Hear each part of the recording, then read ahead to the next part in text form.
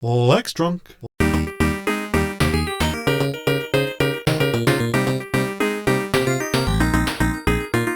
UFO 50 is one of my favorite games ever, which is kind of cheating because it's 50 games in one. A massive project nearly a decade in the making, UFO 50 is a collection of 50 full-fledged, unique retro-style games. And when I say that, I mean it. It includes more than a handful of complete Metroidvanias, addicting arcade games, and even a 10-hour Western JRPG.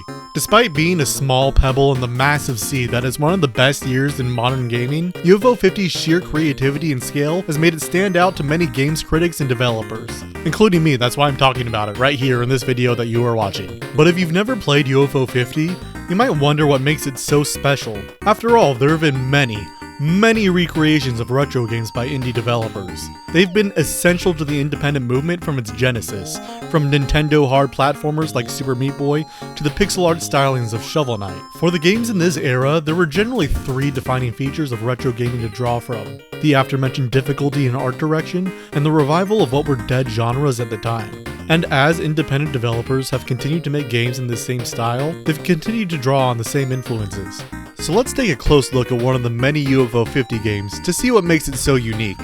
Barbuta. Barbuta is one of the most celebrated and discussed games of the collection. It's numbered as the first game chronologically, and it's the first game you're going to see by default, so it's a good starting place if we're going to see how UFO 50 works. So let's start up a game and see what everyone's making such a big fuss about. Did I just die? From moving 2 tiles to the right? Are you kidding me? Suffice it to say, Barbuta leaves a pretty strong first impression, killing you right off the bat.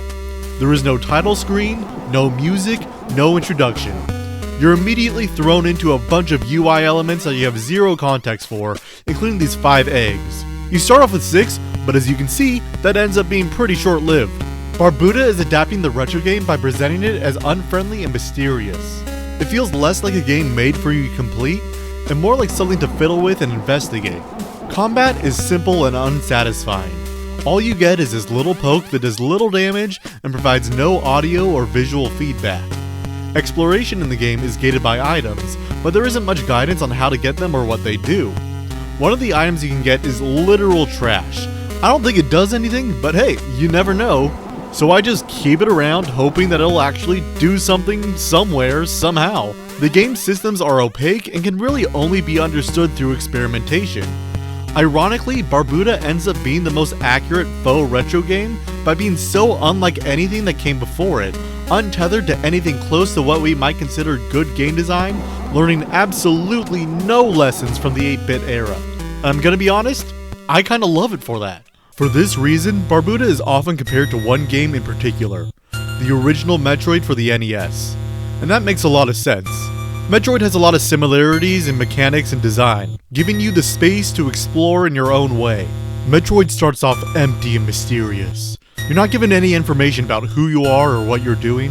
All you can do is experiment. When you're given a new item, you're not given guidance or an introduction. You're trapped until you figure it out on your own. Enemies are also treated with this design philosophy. What are these creatures? How do you deal with them? You try your best to shoot them, but that might not be enough. You won't know until you continue. And this kind of game design is what makes Metroid and old school games like it unique. It forces you to explore and learn by yourself through trial and error. And sure, it's difficult, but that's just how the 8-bit era was, which is what made these old games so great. Except none of that is true. I lied to you. Basically, all these games had an instruction manual, telling you everything you need to know. Sure, there's no instructions before you get an item, but that's because you got instructions before you even played the game. What does this thing do? It turns you into a little ball. That's all you need to know. What are these enemies? Well, this little guy's name is Zoomer, and this one is Scree. We even have Rio before his redesign. Not only that, it tells you when and where to explore. It gives you a map of nearly the entire game. This shows you what the inside of the Fortress planet looks like. The mini-bosses have their hideouts in Brinstar and Norfair. Find and zap the 2 mini-bosses to build the bridge from the corridor that leads into Torian and get to the central base containing Mother Brain. 3 kinds of gates will block your way. The blue ones open with 1 blast from your beam. It takes 5 missile blasts to open the red ones, and 10 missile blasts to open the other ones. So, the obscurantist design of Barbuta doesn't accurately represent what it would be like to play an 80s video game. It instead does something I think is much more interesting. It reproduces the very modern feeling of trying out an old game without any context. And that's what UFO 50 does as a whole. It interrogates the way that we interact with game history and how modern interfaces affect the way we see it. That's the thesis for this video, by the way. I'm sticking to the rubric for this one. By talking about UI in this way, I'm making a very important move in my methodology. Oftentimes, we think about the interface as a window that facilitates our play, as representations of information that cannot be understood diegetically. But interfaces have an effect of their own. Think about how often a minimap is often contested among gamers. Or at least annoying, pretentious gamers like me. To some, a minimap provides guidance to important points of play, but to others they ruin immersion and change their interactions with the game world. And I, personally, think they're just ugly. But both of these sides that I just made up understand the diegetic plane as primary, with the UI simply supporting it. But it can be much more useful to do the reverse, to think of the game as something in service to the interface. Because in many ways, the interface is the game, especially in UFO 50. Let's take a look at the game selection screen again. Unlike the more basic text-based interfaces of the 20th century, each game is presented in an icon-based design similar to modern devices. Each game has their own unique art, faded out in blue and covered in pixel art cobwebs. On the bottom of the screen, we can see the name of the game, a number assigned to it, its release date, and prompts to play and further info. If we do the latter, we see description, detailing genre and concept. The next pages show the controls, time spent played, various game statistics, win conditions, bonus reward conditions, and fictional history. The interface focuses mainly on what you do in the game and what your goal within it should be. It's basically just like a modern game storefront. Keep that in mind for later. Variety is the name of the game here, encouraging you to explore and try new things. And this is a symbiotic relationship between the user and the interface. There is an agreement for you to explore, try new things, and keep you engaged. The problem then is how to get you to do that with a game as fucking frustrating as Barbuta. Fucking Barbuta. I got stuck on this puzzle for hours. A lesser being would quit the game and give up the game after. Like me, I did that. I quit the game and went to a different one. Like, Mortol. Let's talk about Mortol. Mortol is a level-based 2D platformer with puzzle game elements. As the tutorial states, you have 3 different moves that you can use to proceed. All you have to do is complete each level, and the game will automatically save your progress. In other words, it's the exact fucking opposite of something like Barbuta. And it is also absolutely amazing.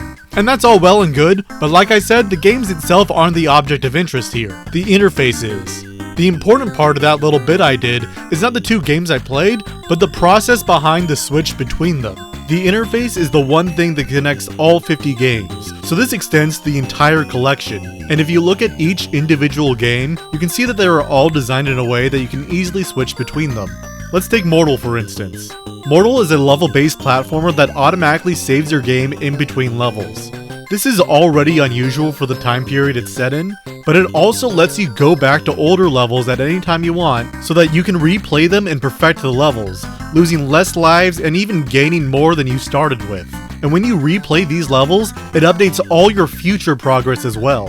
Which means that Mortol, a game about mortality and losing people, becomes a game of how many people can I gain on this suicide mission. It kinda breaks the narrative a little bit, but it means that you can play it over and over again, only playing a few minutes at a time, allowing you to take a break and play a different game whenever you want to, or if you're taking a break from a different game, you can go back to Mortol when you want to.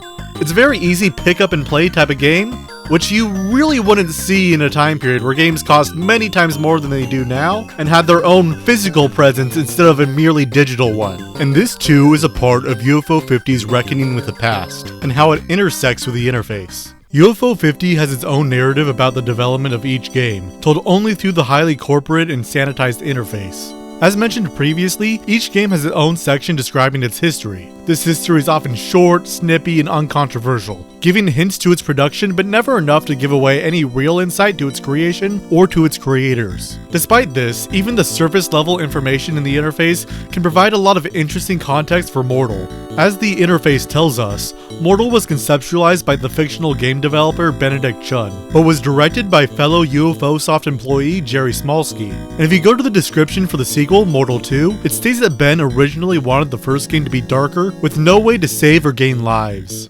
Curious. Intriguing.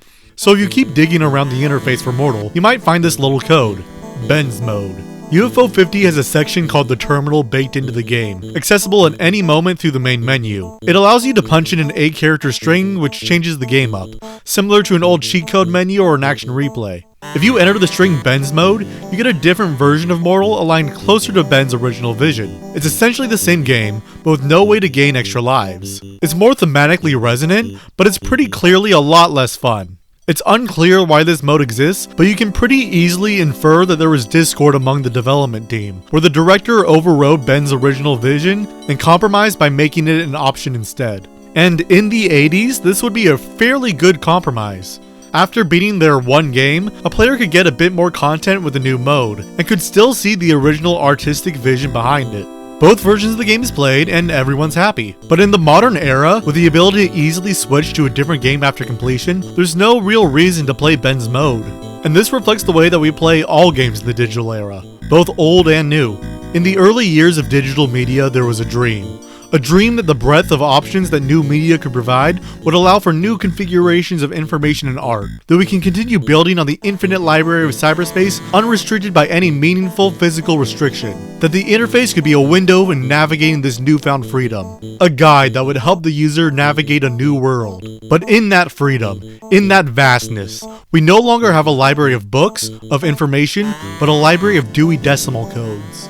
Layers and layers of interfaces and organization.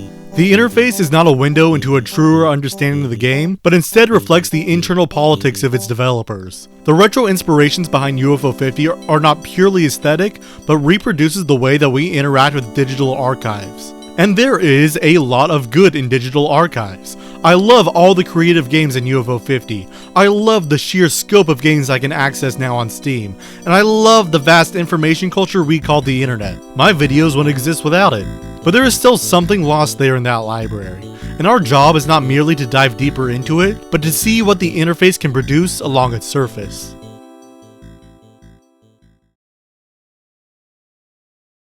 I lied to you again, video's not over yet. I mean, this was supposed to be the end of the video, I just finished editing it, and I realized that there's some more things I want to say, so this is the addendum to the video. So, addendum 1. I really want to avoid using any complicated theory in this video. I've been doing that a bit too much lately, so I specifically tried to avoid that. But after finishing this video and looking at it, I'm realizing that I am taking a lot of inspiration from Alexander Galloway's The Interface Effect. This is something that I knew going into it, that I wanted to draw from, but I ended up drawing from it a lot more than I thought I would.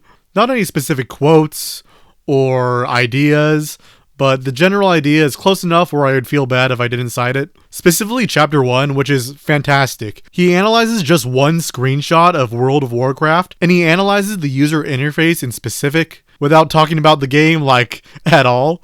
Great chapter. I recommend chapter 1 of The Interface Effect. Rest of the book, pretty good, but that first chapter I think is a really interesting way to analyze a game. Addendum 2.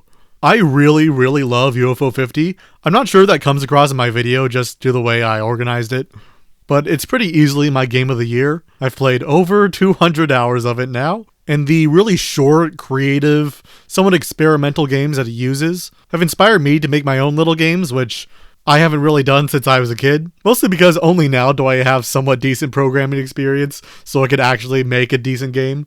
And I've been participating in UFO 50 game jams, and I hope to do that in the future.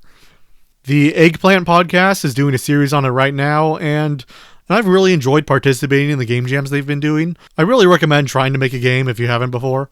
It's an interesting experience, and entry game engines are way easier to get into now than they ever have.